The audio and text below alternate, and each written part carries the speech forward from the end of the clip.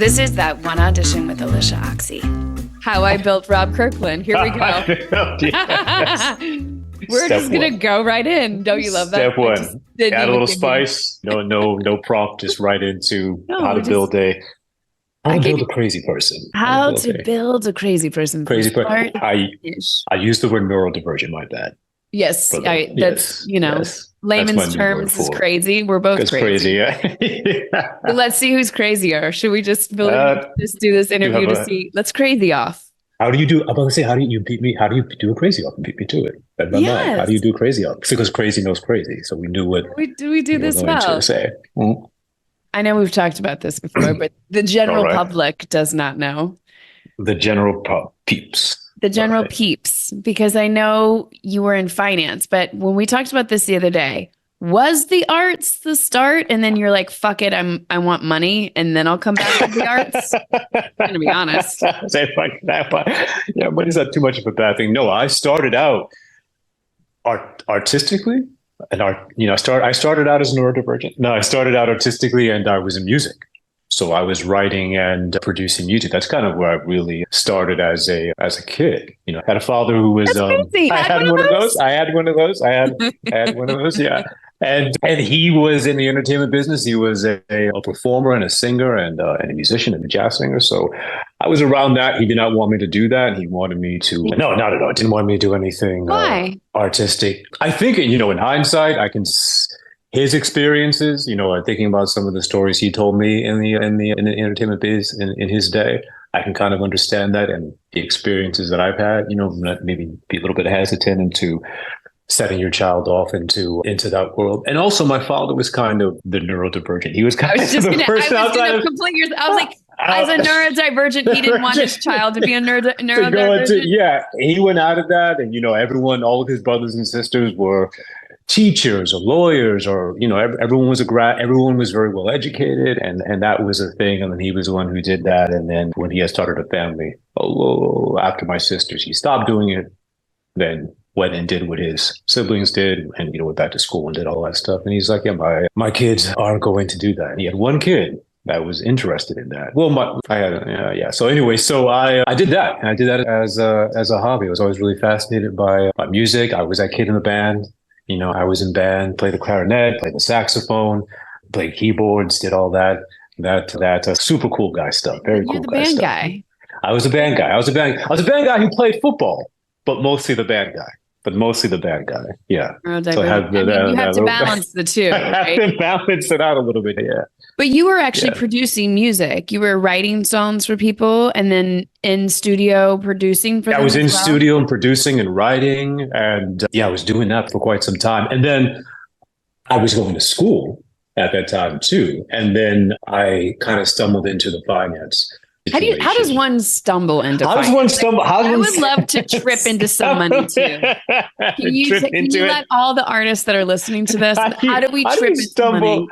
How do you trip into money? Step one. And then I will tell you step two, how you trip out of it. How do you trip and fall and stumble? Because we don't need the ladder. We don't need the ladder. We just need the trip. I know that one very well.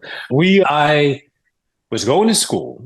And when I started out doing music, and I'm proud of the things I did as a songwriter and a musician and producer, and some of the stuff that I wrote and produced. I didn't reach that point to where it was crazy money type situation, right? And then so needed to get the day job, and I was paying for my school because again, I wasn't doing the things in a way that my father wanted me to. He wasn't going to put the bill on that? I was my dad never put the bill on nothing. So especially when I was going on my own thing. So I kind of had been on my own. I kind of been on my own since like last year of high school, actually. He's like, we're going to beta test this. These are the choices you want to do. So, but that was good, that character building. But anyway, so I was doing that. And then I got kind of tired of doing tech support. That's something that I was doing on the side and paying bills. And I was always kind of, into a lot of the tech stuff. I know, super cool band guy who was a techie. You're checking all the things, nerdy guy, right? Checking all the boxes. Yeah. So I did that. So I was which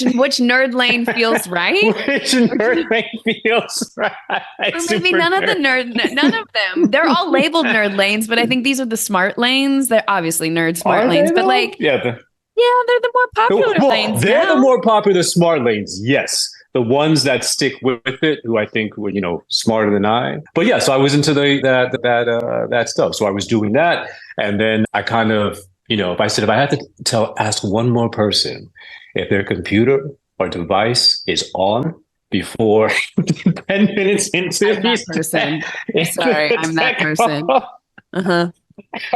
We had this thing in the bullpen where, you'd raise your hand, or it wasn't really a drinking game. We had different things that we would do to make fun of how many people would get 10 minutes into a service call. Is your computer on? And how often that would happen. And we would get quite a few on the hour. Anyway, so I answered this ad for someone, in sales. Like, oh, do you like to talk? And are you good? And I was like, oh, this seems interesting. And it's closer to where I was living at the time, because I was doing this commute, and then I would go to the studio, and, but when you're young like that, you don't need to sleep. But I was like, this would be kind of cool. So I answered that, and he's like, well, we're good on the phone. I was like, yeah, I've kind of been walking through people in tech support on the phone. So he's like, yeah, you come work with me. And I was this guy's assistant. Gary's a hella cool guy. And it was a very cool, very kind of, I don't know if you've ever seen The Boiler Room with Ben Affleck. It was a little bit like that. Like, we weren't doing anything illegal though. And it was a little bit of that, a little bit of Wolf of Wall Street type stuff. There was some, I kept my hands very clean. There was some skirting. There was a little bit of, later on, like, oh, they might have been skirting, some of the higher ups. But yeah, so kind of Wolf of Wall Streety type things a little bit. But anyway, so I was doing that. But this is a really cool guy. Gary's a great guy. And he's like, yeah, I'll teach you what I know. I'll teach you what I know about finance, and leveraging and real estate and all these other types of things. And he's like, I'll teach you this, and you'll never really have to, worry about another type of, money. You'll do it forever for money. Yeah, which was not true. But he was true. He was true. Lies, right? He was true in the sense of picking up that skill set. So yeah, so I worked with him and then learned a lot from him about management and finance and business, in general. And then left that, and then I got hired to manage a bunch of people and to train people. And then I found myself as, started my own company, and then I sold that, dissolved that, my partners and I, and then I went to work as an executive vice president at a bank and at a lender. And I was doing that, and I was training people, and I was still doing music, but not as much that particular period of time, because I did get kind of pulled into the money into that. Yeah. So, and then, you're still doing artistic stuff, but yeah, the majority of my, working 12, 14-hour days. But well, yeah. And do you have time to write? Because I love doing research when I get to know somebody, and then I do a little deep dive. Oh, okay. Well, yeah, because then it's like, just as of lately, you're winning all these writing awards and stuff. So when you're in the money world and you're working 12, 14 hours a day, do you have time to write? Or are you thinking, I guess I must know, how do you fall out of it? How do you fall out of it and into a script? Or how do you fall out of it and into a back, or all of a sudden now we're on television? Because you had a couple credits in 2004. Is this before you fell into money? I was still doing it, but I was doing that on the side. And then I moved up. I had some friends in LA, and I would come up here. And I had some friends that were very supportive or insisting that, you should give this a shot. And I didn't have a lot of interest. I had a lot of interest in storytelling. Another part of the thing that my father and I sort of bonded over is we watched movies when I was a kid. A lot of movies that should have been watching at 7 and 8, like, Terms of Endearment and The Godfather and The Elephant Man. These are some of the first movies, that I was introduced to, but I was curious about that. And I would go back and rewatch these things. I was always fascinated by the aspect of storytelling. For me, a way in was, writing music and producing music, and it was very cathartic and that collaboration. But anyway, so I dabbled in some things, but I wasn't taking it, committed to it in a deep level as a long-term pursuit. And then I got to a particular point where a lot of things weren't lining up for me internally. And I was like, wait a second, I have all these things, you know what I mean? I've got like that not a place to live. All of a sudden. Yes. The neurodivergent is back at the back of the door. You know what I mean? And all of a sudden you don't have a place to live. You have places. Not, I mean, I'm not saying like that. I'm not, in that particular sense, but that, and, rental properties, and then, have a car, you have cars, you have, you know what I'm saying? And to have had that experience, I'm not saying those things are bad things, because they're not. But I think for me, I realized how I got there wasn't a bad way either. You know what I mean? I didn't screw anybody over. Considered, ethical about it. I worked very hard, so there was honor in that. But there wasn't a sense of, fulfillment in that. And then it got a point to, things are always difficult. And I actually kind of find myself walking into difficult things and okay with that. But it got to the point to where the proverbial, juice not being worth the squeeze, and I didn't lose drive. I just was like, something isn't right here. You know what I mean? Something isn't right here. And for me to continue to do this, that I wasn't very passionate about, but I understand the level of commitment that it requires. So I restructured things, and I found myself, prior to that, you're talking about that artist knocking at the back door, the inside door.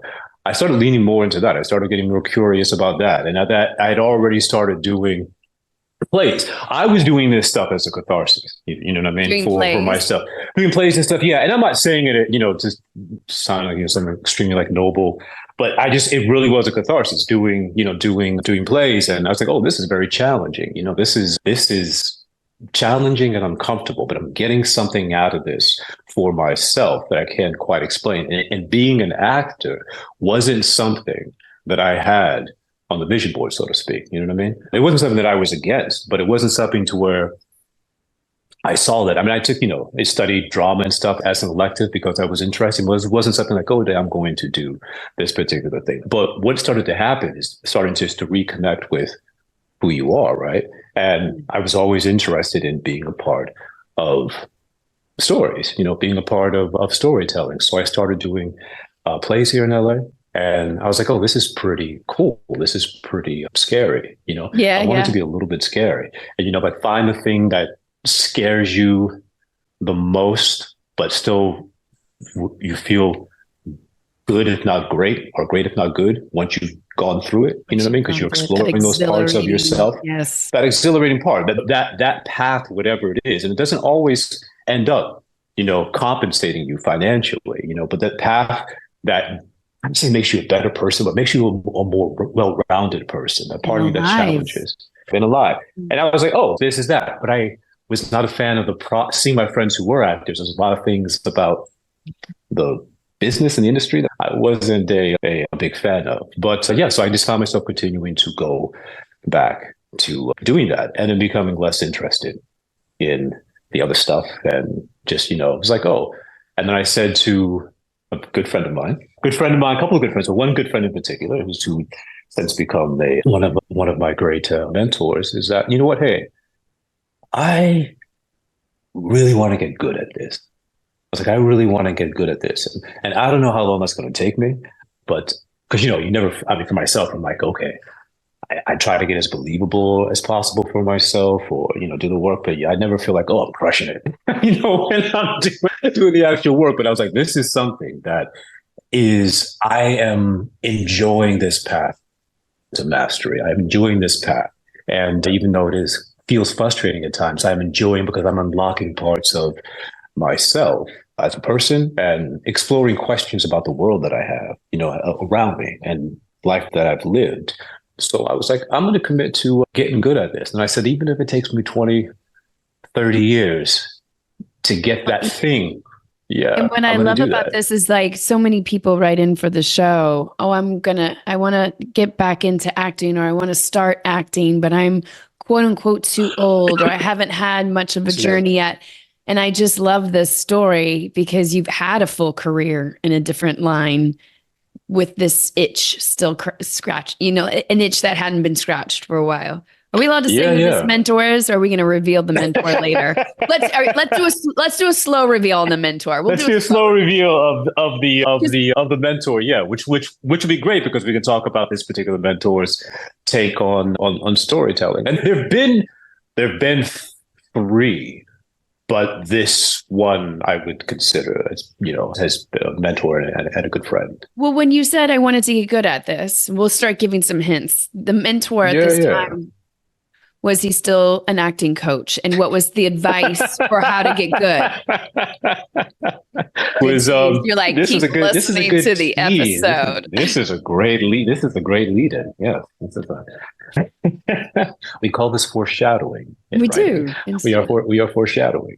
Yes, this was someone who is a friend of a friend, and who I also had been disenchanted with some of the acting coach curriculum out there. And there's some great ones. There are some great ones who I'm very appreciative of their insight.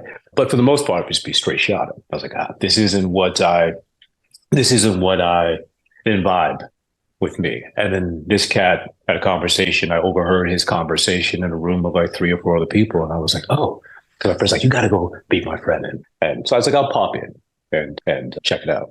And just heard him talk. I heard him talk about the importance of storytelling and what that meant and how intrinsic that is to the human experience, and something that we all share, and the courage that it takes and the sacrifice that it takes, and that there's honor in the commitment, to it beyond the other, type stuff. And I had a father who, speaking of, and not that having a certain amount of recognition or notoriety is a bad thing.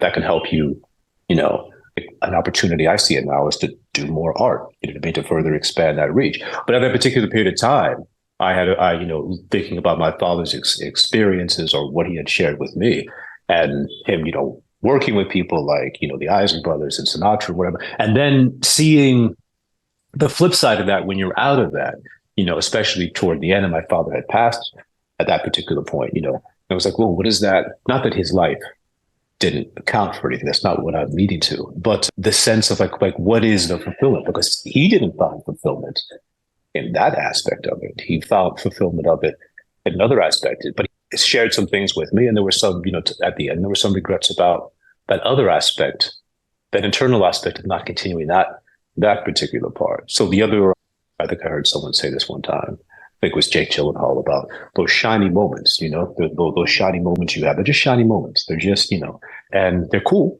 I'm not going to sit here and say that's not cool. I'm not going to sit here and say some of those shiny moments aren't cool. I'm a human being. But it legitimately is not the sauce. And I think that, coming into this game business, as an adult, kind of helped my perspective, on that, having had so many other life experiences on my own, far enough away from, my family, and having already explored a great deal about myself and life experiences. Still learning stuff, but I'm about to say shit. I can curse here, right? Still learning stuff, but yeah. And forgive me if I've gotten off topic. No, but I'm curious.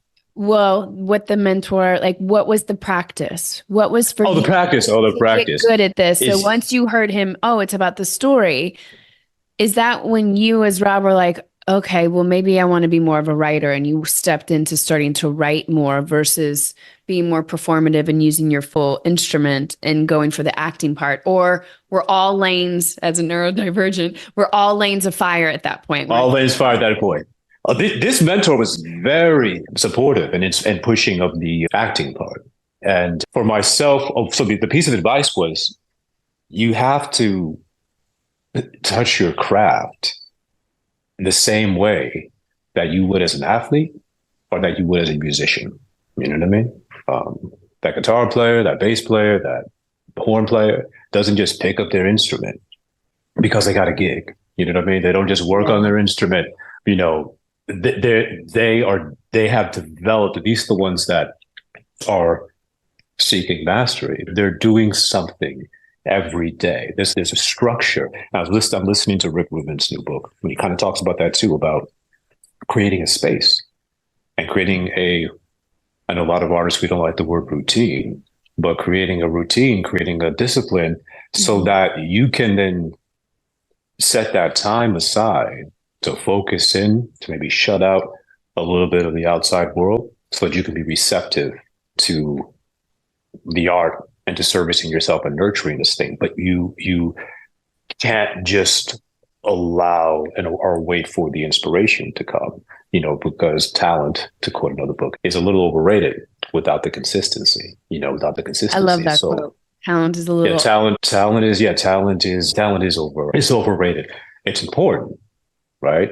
But funny thing is, if you have a degree of talent, but you also have a degree of discipline, then you are on the path, at least I think, to a better sense of fulfillment, because you're able to dig deeper into whatever that talent is, which some people say is the choices you make as an artist being your point of view, and how you're able to articulate your point of view about something, which leads me into a whole other conversation about AI, but I want to stay on topic because I will go without a script. I'm going to go. Well, okay. So then here's my Exactly. question. So as somebody Yeah. that you were kind of dabbling in the acting, and since this is called That One Audition, once you Yeah. decided that you were shifting and you were going to put focus on storytelling, on acting, on getting good at this. Getting good at it, yeah. What were those first couple auditions where it started to click or it didn't click? How was it a clunky road in, or did the road meet you with the discipline? It was clunky McClunky. How so? Clunky McClunky. It was, you know what? Yeah, I guess I'll share. I mean, I got some stories. I think the first big audition I had, a friend of mine who I think you might also know, different friend, but I think I didn't mention this though. You might actually know this. Let's put him on mic. Put her on mic. But she was also, I look back at people that were very encouraging, very encouraging. That was the word I was looking for, really encouraging. I'm also nothing without a thesaurus. But said, so she connected me with this audition. I remember going and doing that audition, and I had, done some training and then doing some, theater stuff and whatever. And I remember that was the first big audition. It was for this film, and I did my take on, the character. And I remember the casting director, and the director for the room, and they gave me this note, and they said, and I took it in a different way. He said, "That was really cool, but can you give me a little more puff, Daddy?" I remember him saying that in the audition, and I was like, "What? What is that note?" I don't know what that note is. Right? I don't know I still don't. I mean, you could take the note in different ways, but I was like, okay. And the way that I took it was this particular, this casting director and the director were there, and there's a caricature. First of all, it's a horrible note. It's a horrible note, especially looking back now as being in this business for some time now as a filmmaker. I'm like, I would never, as a director, give that note. It was a horrible note, but I was like, oh, this is what I didn't like about this business to start out with, was this very surfacey, stereotypical, very typical, very shallow approach. And it's just a horrible note because, well, who is that guy? Yeah. You know what I mean? Who is that guy? I know who he is, but that guy is a character created by that guy, And, so what is it about that? And I was like, that's not necessarily in the script that, you're making it. They were making an artistic interpretation because there wasn't anything specific about the way this character moved about. But I was like, oh, that was interesting. So that was the first. Then I was like, I just didn't pursue the agent thing. Didn't, for a little bit. And then there are some other people that, again, and then a director I was working with on a play. And then I said, okay, not okay, like they had to drag me into something, and then introduced me to someone, and it was an agent. And then I got this audition, which at the time I didn't, in hindsight, because there's that middle passage that everyone goes through. And I got this great audition for this one named this casting director, great casting director, but she was great. There's a lot of great ones out there. And that went well. I was like, oh, this is kind of fun. This was fun. I mean, obviously it's on you to make it enjoyable, but this was fun, and her approach and the notes and whatnot, and just our conversation in the room, and being still relatively, green to the, are we still there on my phone? Oh, relatively green to the audition process. And I was like, okay, this isn't just like, walk in and, and then I'm sure you've had it too. I've had others after that, to where I've had auditions for big shows, that happen after that, where, you'll have a casting director. I've had it, not even a third way through, just opening up and just like, okay, I need you to stop. The character is like this. And then there's that other part of me, which is a little bit, has smoothed out over the years. Which might have caused some bumps some people initially, because I was definitely one to say, not to be rude, but I would definitely speak my mind, because I'm also coming. If they gave a point of view about the character. Yeah. Or just how someone is. I'm very thick skinned, you know what I mean? And yet at the same time, I'm coming from these other experiences. And I'm like, no, but not no, in the sense that I was like, well, how about this? I said to her, how about you let me finish? And then when I'm done, oh no, different stories are coming out about, over the past 15 plus years. I said, okay, hey, how about you let me finish? Respectfully, let me finish. And then at the end, any notes that you have or any adjustments you want to do, I'm more than happy to give a shot. I said, but I'm going somewhere. And then at the end of the audition, she goes, and she apologized. She goes, that was nicely done. She goes, my apology. That was nicely done. But it was and this is for a big show. This is for a big show, big series, and a pretty sizable role. But that's human beings. Sometimes people have a presumption of what it is that you may or may not be capable of. So and I'm sure everybody goes through that. And you're called in, they see a particular thing, it's a particular way they want you to go, and it is what it is. But that. But how great to be able to defend your point of view and be able to finish the arc of a scene. If somebody's stopping you right at the top, they don't get to see where what you're doing, what you're where you're That's what my mother used to it. say. Yeah, my mom used to say, "It's nobody's putting their foot on my kids." She always like my kids. She'd say my kids, if anything, will not let anybody put their foot on their chest. You know what I mean? To stop them from breathing. They don't. But you can still be graceful about it, But you have to speak your, set your boundaries and assume that people are acting with the best intentions. I didn't think this woman was intentionally doing that. I'm completely aware. But yeah, you've had, I'm sure I've talked to other actors about this. You've had these experiences, these, nightmare auditions, and you've had fantastic auditions. But the audition process in itself is very interesting because it's a whole different thing. It's completely different than being on set or doing a play, or even the preparation can be the same as I found out in time. But it is a different thing. And it took me a minute to adjust to that. And then to also get past my own stuff, you know what I mean? And it's like, oh, I got to go into this room and then I got to do this whole, shoebox song and dance thing for everyone. It's like, that's not me. You know what I mean? That's not. We have no control, but it sounds like you were very good at taking control over the room when there used to be a room for us to go into. Now it's a totally different scenario where you have complete control over your audition as a self-tape. You don't get to control if they stop watching or not. Hopefully they don't, if they don't see a point of view that they don't agree with, so that by the time they can see where you're going. So I'm curious, Criminal Minds seems to come into play, like that audition process versus then getting on set. That's great. Yeah. Shout out to Lisa Zampetti, because Lisa's great. And I've done some other things with Lisa since then, or, director projects in development, and she's called me, and she's fantastic. And I remember that because at that particular period of time, I also had become disenchanted with the representation I had back then. And there's a particular direction they had, wanted me to go and do certain things. And I was like, no, I'm not going to, so I kind of went it on my own. And, back in the day when you could do workshops and stuff like that. And I've had, developed some great relationships doing that. Right. And then so Lisa, and I think Lisa had called me in.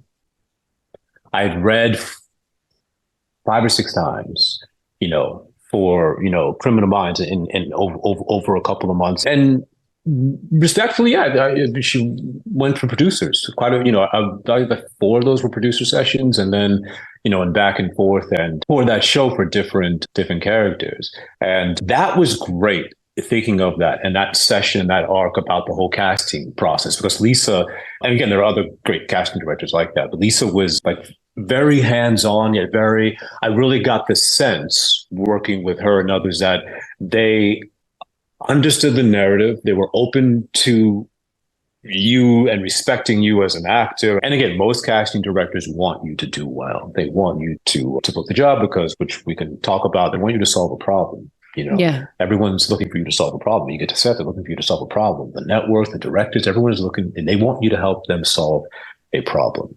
And everyone's trying to win, and they want you to win. And that was great. That really, that experience of working with her, where it really came, accepting, like, hey, check out what I'm going to do now. You know what I mean? And opportunities, and changing the balance of maybe not going into a room and not being as, I wouldn't say contentious, but maybe being a little bit less defensive because of prior experiences, and then say, hey, I'm here. Everyone here wants me to win. And there's a problem here I want to solve. And I am excited, or at least enthused, right, to share what it is that I have my interpretation of this story, or of this, and this event in this story. And that was a shift in the way that I approached auditions. And then there was audition 5 or 6. And I remember leaving out and then got a call from her, and she's like, can you come back? Can you come back in? Can you come back in? Can you be here like at 3:00? I think it was like at 1:00 at that point. And she goes, yes, I want you to meet directors and producers and stuff and whatever. And I was like, oh, and this was, they told me who the character was, as a new character, who's fiance. And then I went in and came back like an hour and a half later. I actually didn't believe a lot. I came back an hour and a half. I was like, yeah, I'll be right back. I was like, oh, this is okay. And then I went in and sat down with the director and the writer, and we did the scene a couple of times, a couple of different ways. And I left out, and then by the time I got home, I had booked that. And that audition, it wasn't the first thing that I booked, but it was a thing that I look back as far as like, feels like a switch. A little bit of a switch. It was a switch in my approach as an artist and as a professional, and then a switch in my career. And to this day, that particular episode, and working with Alyshia, who's fantastic. Working with her, because I was playing Aisha's fiance on that, and they've been a great lead into my character. So my character, when I arrived, also the amount of it wasn't vitriol, it was, but I'm not assuming by any stretch of the imagination that you or anyone watching this has seen that episode, but of that episode, I was like, oh, this is interesting, because all of a sudden I had these people. At the time I had a Twitter account, but people tweeting and adding to the show about, what had happened in that, because, I break up with her in the middle of you're gone. You're leaving. But I've been telling her. No, but so so after that is when, the kinds of things that I went in for as an actor started to change. And started to change. And also that experience on set, I was like, oh, they want me to solve a problem here too. Because here you have this, show and Criminal Minds. It still is a big thing. And then it was too. And I'm like, oh my goodness, this is, they're spending millions of dollars, a day or a week on this, on an episode. And just, it was this monstrous thing that was bigger than some of the indie film sets I'd been on at that point. And everyone is running around, and people getting on the phone, directors getting notes from the network and all this other stuff. And everyone here is really wants to stick the landing. And, and obviously I was nervous, and Alyshia was great, and we had a fun time. But after that, that shifted my approach to auditioning, and it shifted, which has been an ongoing, evolution to working on set. Well, then let's talk about that, because I think now we need to reveal the mentor, because the shift of that, allows some more responsibility on set, with 2 characters now reoccurring on 2 really brilliant, amazing shows. Yes. I'm so curious. Yeah. You want me to let the cat out of the bag? Or you going to let the cat out of the bag? Oh, so the mentor, which is funny because I stayed in contact with this mentor. I have over the years, and I think we had more foreshadowing. So I had their official directorial debut. And I didn't reach out to them directly, but I had reached out to my agent at the time. And I was like, get me this, do whatever you can to help me find this script. And they weren't releasing the whole script, they were releasing parts of it. So I got parts of it. And then I was able to put together a whole script by getting by literally reaching out to my friends and putting together this script. And I was like flipping through because I knew it would be great. And then I read it like, yes, this is fucking great. And then it's like, where can I add in? Where can I play in this? And then there was one role in there, and I said, okay, yeah, I think I can play in here with this. I can add something to do something with this. So I put myself on tape, and then agent of the time sent it in, and then I just probably called him religiously, like, follow up with casting, make sure they watch that tape, make sure they watch the tape.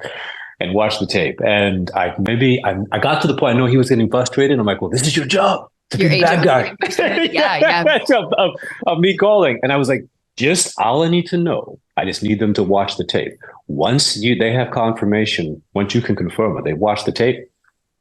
I'll let you go. I'll let it off. We'll let it go. And that's another thing too it's not about having to win every contest, or not that it's a contest, but you know what I mean? It's not about having to win every at bat. It's about getting the at bats and then just, building the relationship, and so then he called, he's like, yeah, they watched the tape and they're going to pass. And I was like, oh, okay. I wasn't excited about it because I thought it was a good tape, but I wasn't excited about it. And then I just left it at that. And then the next day, that Saturday, I think I woke up, or Friday, I remember I got up and my phone, I was already up, early riser now, not used to be, not in the music business I wasn't. And then my phone is ringing. And then it's my friend, mentor, it's Taylor Sheridan. Sheridan. Yeah. And he's like, hey, bud, saw your tape. And then we had a great conversation about Wind River and what it was that such a funny guy. I mean that earnestly. So he's like, this is what we're doing. This is what he's like. First off, he goes, hey, how you doing? And he said, first off, saw the tape. It's great. This is why you're not getting it. What did he share? He goes, this is why you're not getting. And myself, now I think about that now. I was thinking about that this morning. I was on a Zoom this morning with my team because I'm getting ready to direct this feature at the end of the year. And having directed, shorts and music videos, but the casting process, right? But not just that, getting the essence of what it is that you want to say and what is it that you want to say, because it is a visual medium. What is it that you're looking to say and do with the sound off? And then what is it that you're looking, for subtextually? Like even with this upcoming project, I spent quite some time rereading that script before even suggesting, me doing a rewrite on it. It's a really good script. And before making it my own, I needed to see what was speaking. I needed to find what was speaking to me in the script. And then we had talked about this. And then what is it I wanted to say? You know what I mean? What is my point of view? The point of view part would just come up a lot in conversations I've had with other actors or people that have asked me, how I've survived, but his business. But he explained to me what he was doing with the movie and what he was attempting to say subtextually with the movie. And people would say that, and you've heard those stories, you've heard that, but he was like, no, this nothing to do with your acting. And I say that to other actors who might be starting out or relatively new in it. And I always feel weird saying these things because I'm like, wait a minute. But I guess I've been doing it for a minute now, but I'm still feel like I'm figuring things out. But the majority of the time, especially when you get to a certain point and you're being called in for certain things, you get to, especially when if you have representation, or you're getting called in, or you're getting called back, or you're getting called in for guest stars and stuff like that. It's very rarely that has anything to do with your acting. Yes. There's so many other factors at play about, you might have been someone in the mix that casting wanted to present a different choice or a different take on this character that you could do, but there's so many other factors in play. There's who you're playing opposite from, but this part was what the director is doing tonally. And then to hear that from someone who you have a personal relationship, who's also developing this passion project of his that went on to win the Palme d'Or and for the film and director, an incredibly important and powerful film. But I was like, it was another one of those things that clicked. And we had a great conversation. And we had a great conversation about some things to come. And at that point, did he talk to you about the series that he didn't have the overall deal yet? He didn't have the deals yet for Yellowstone and Mayor of Kingstown and 1883 like that. He didn't have that big overall deal yet. No, this was long before that. But he did say, I'm always like some, I mean, it's not like he said, speaking out of school, but yeah, he did say, we had a conversation and he did say some things that he would just hang tight.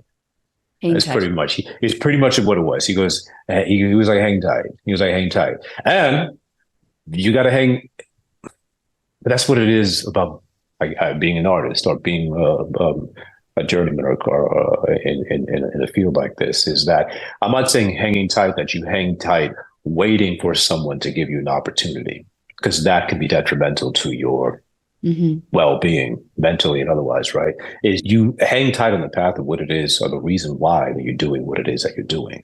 But he said that, but that hang tight, to me, I just took it at that. I took it as just kind of like a ping or beacon back from the abyss, so to speak, that you're on the path, but not like, oh, this person's going to do this thing. Because remember, even at that particular period of time, it was that movie. There wasn't anything. There wasn't anything else. Not that I didn't take him at his word, because I did. Yet at the same time, I wasn't, so literally it hadn't crossed my mind, even though we had continued to keep in contact. And then I get a phone call a few years later, folks. That's how sometimes it is, a few years later, folks. And it goes back to the thing about being, consistent. That's what I was going to say. It's not a hang tight and not being your practice. It's something will come. That's what I say all the time when you're working with newer actors or people that are just getting started. If you stay on this path, it will come. Maybe not at the velocity that you would want it to, not and not when you probably are expecting it. But I spoke to a really great younger actor the other day that's been working for 5 years, but all through the pandemic, he was in class every single day to get better. And now it looks like a waterfall of opportunity for him. You have he put in the work. And then when the opportunity came, he was ready. He was ready. Be ready, because you never know when the opportunity came. That was a phone call, and it was, can you be here in a week and be ready? And for Yellowstone, that was that. I do a great impression of Taylor, but I'm like, someone might get this and take it out of context and send it to him. Not you, but yeah, he said that, and then and I was like, I'm just going to go and do the best that I can for this story, right? What can I do the best? Did you have to audition for Yellowstone? No. Great. No, the reason why I asked that is because look at the trajectory of that story. You pieced together his script. You threw down a tape. You were relentless in making sure just that they saw it. You didn't get just it. Casting, not him, but just casting. Yeah. Just casting. Yeah. But then you got to rekindle, the relationship with your mentor, essentially. I know did you guys communicate during this time though about writing stuff?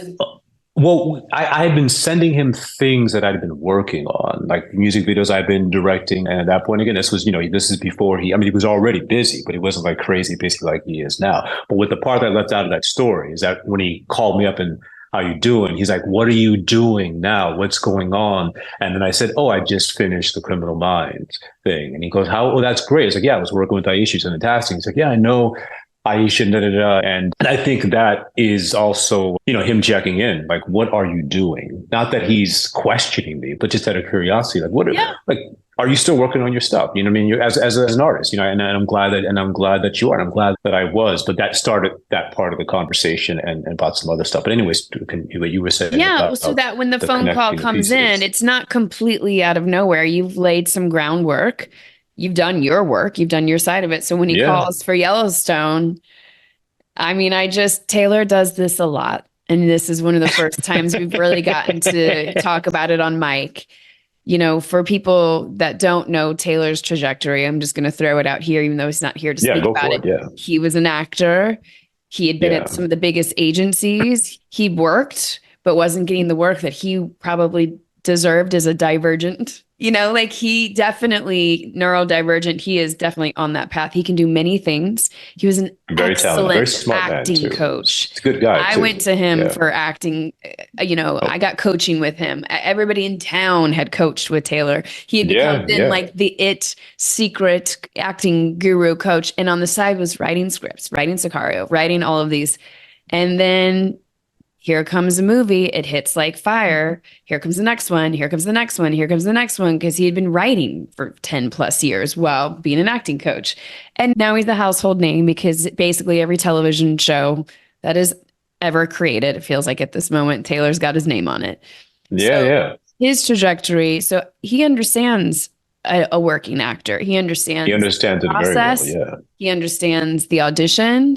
He also is wonderful at turning around, giving a friend a job or giving a job to somebody that is very well deserving of it because of talent, and then continuing to do that multiple times over and over again because he's got multiple series, so he can do that. And what I want to add to that too is that for people can take from this for what it's worth is, yeah, very fortunate to get that opportunity. And it's to what you were saying about, and also about your other friend, right? It's about being committed enough to be ready, being committed enough to be ready when the opportunity comes, because that opportunity was a result of years of working together as a coach and friends. And that was because what a lot of it comes down to is, and I say this to, a lot of that comes down to is that the story, whatever the story is, it's very important to a lot of people, especially the someone that wrote it and put it. It's very important to them, and especially the good stories. So when you get that job, right, whether it's as a co-star or a background, because I started doing that when I very, very first started to get my feet wet, which ended up landing me a character speaking role in General Hospital way back in the day, which you saw back on the thing, is that you have to keep people are looking to someone to solve a problem, but that they can trust. Like, hey, you know what? I've got this person. I can put them in the mix in this particular position, whatever that position is, and I can breathe easy because there's 100 other things that they've got to worry about, especially when you're speaking to, a showrunner or a director, director on the film, showrunner on a show, is that there's so many things. There's so many things that they're thinking about, so many problems that they need to solve. And they're like, okay, hey, this particular thing with this particular scene or whatever it is, okay, I can rest because that person, when they show up on set, is not going to be a tool. and he or she is going to give 110%. They're going to, I trust that they're going to do the best that he or she can to solve the problem that, we're looking to solve, which is how do we elevate this story? How do we elevate and stick the landing on this story? Because it is art. So people have a vision and they have a plan, but it's still this thing taking shape. And it's a big thing, for a piece of insight or advice, if anyone, watching. I mean, I know a lot of people watching this, is that is so important. And that's why some people that you may or may not think should have got this or I don't know. I don't think that particular way. I don't think there are accidents in casting, but again, the talent part, it's important. Be disciplined, have your craft, but also just be an earnest. You don't have to be nice. You don't have to be nice, but be an earnest, reliable, professional, who is committed to being an artist, to do. And that goes a long way within, this business. And like the Taylor situation, I had no idea. I had no idea that would lead to, XYZ. And then all of a sudden other relationships that I might have seeded, not knowing 10 plus years ago, phone calls are coming from those things. And you're having conversations about these things. And the seed has been planted. Yeah, he's been planted. I'm so glad I wasn't full asshole. I'm so glad I wasn't a complete asshole. Maybe a little bit, and sometimes.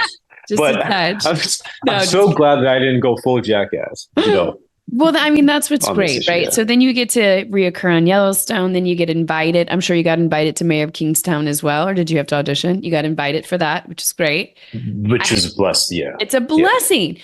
I have to ask about Impulse because it's interesting that we're doing this whole conversation kind of around mentorship. And Nick Cassavetes, early in my career, or 10 years ago, Yeah. was one of my mentors that stepped What into a the line.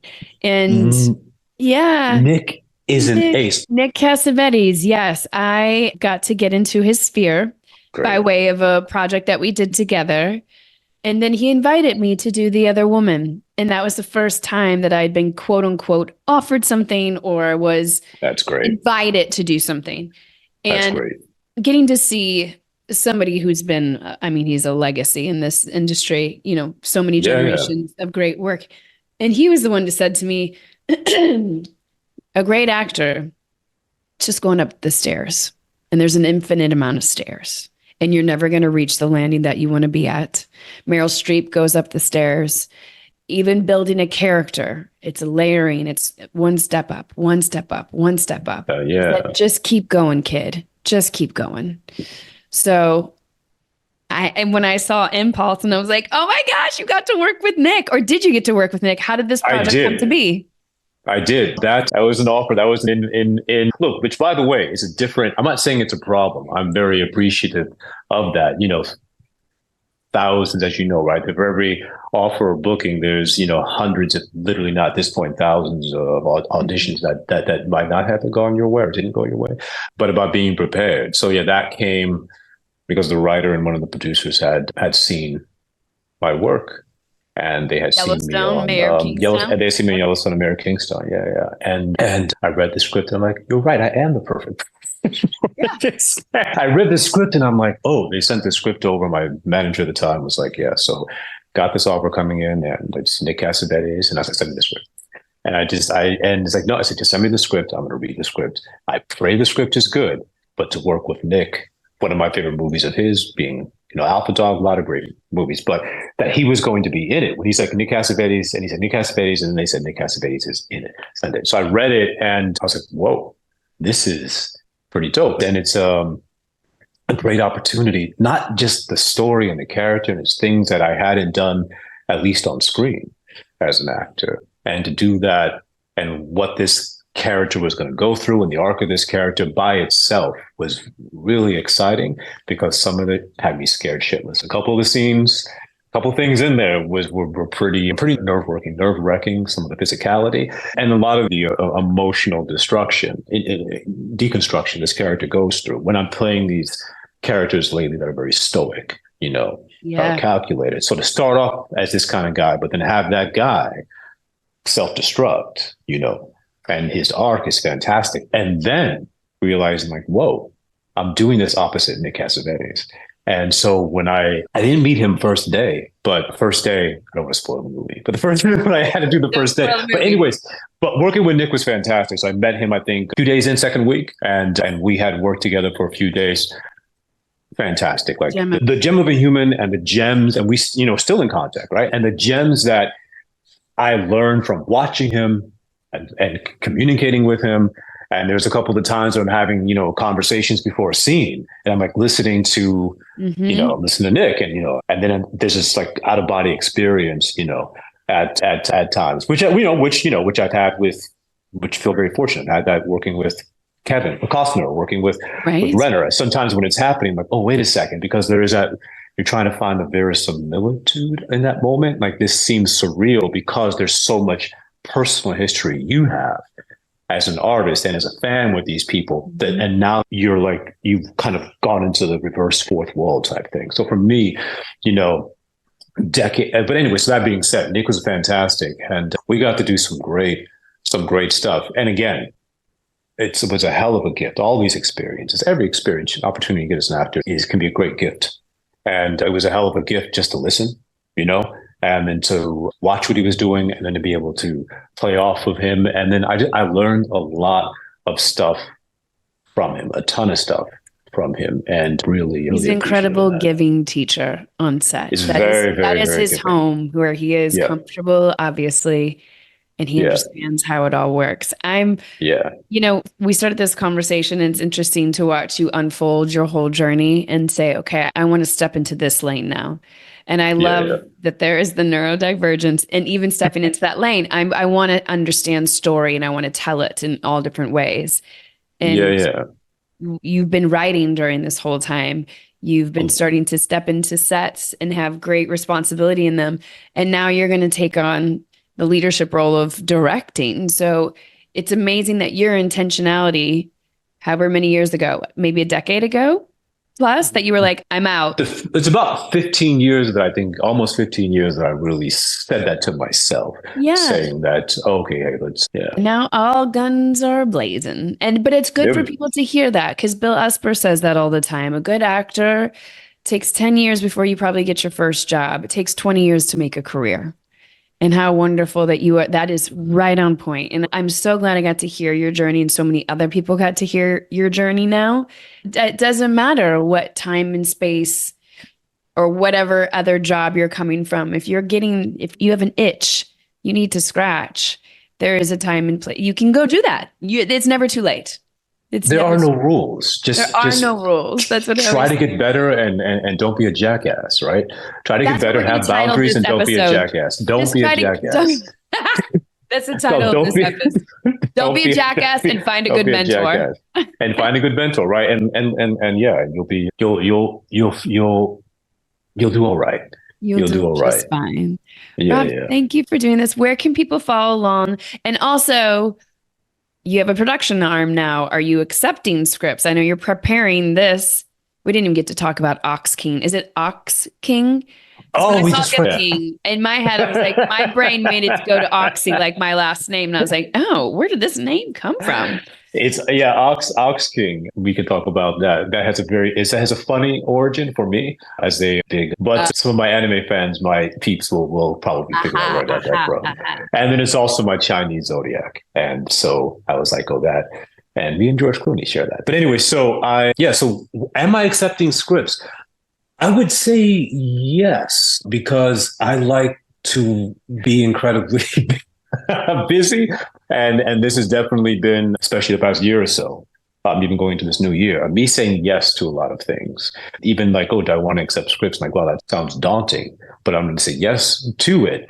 Yeah, well, send your well thought out, passionate scripts. But I've got this project, which we're going to look into shoot at the end of the summer.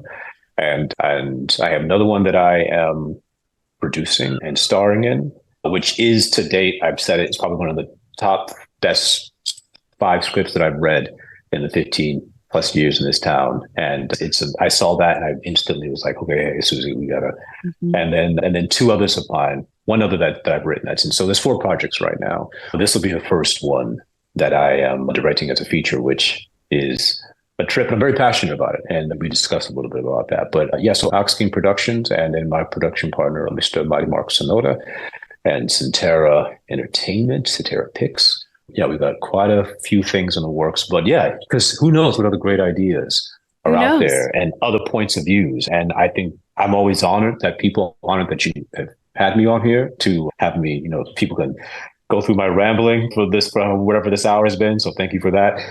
But always honored when I'm invited to things or given the opportunity. I'm like, give me with like Keyshawn Johnson, that football player, like, give me the ball. Just give me the ball. Give me the ball. Let me make a play.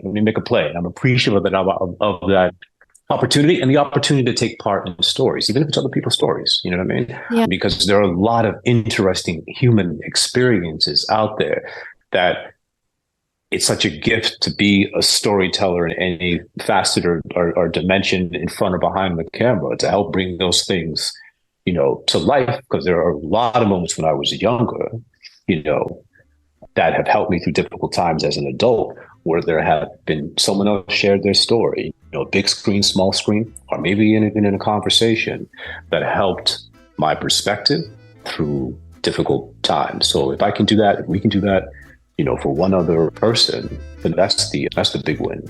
That is the big win. Thank you so much for doing this. Thank you so much for having me. Thank you. Appreciate it.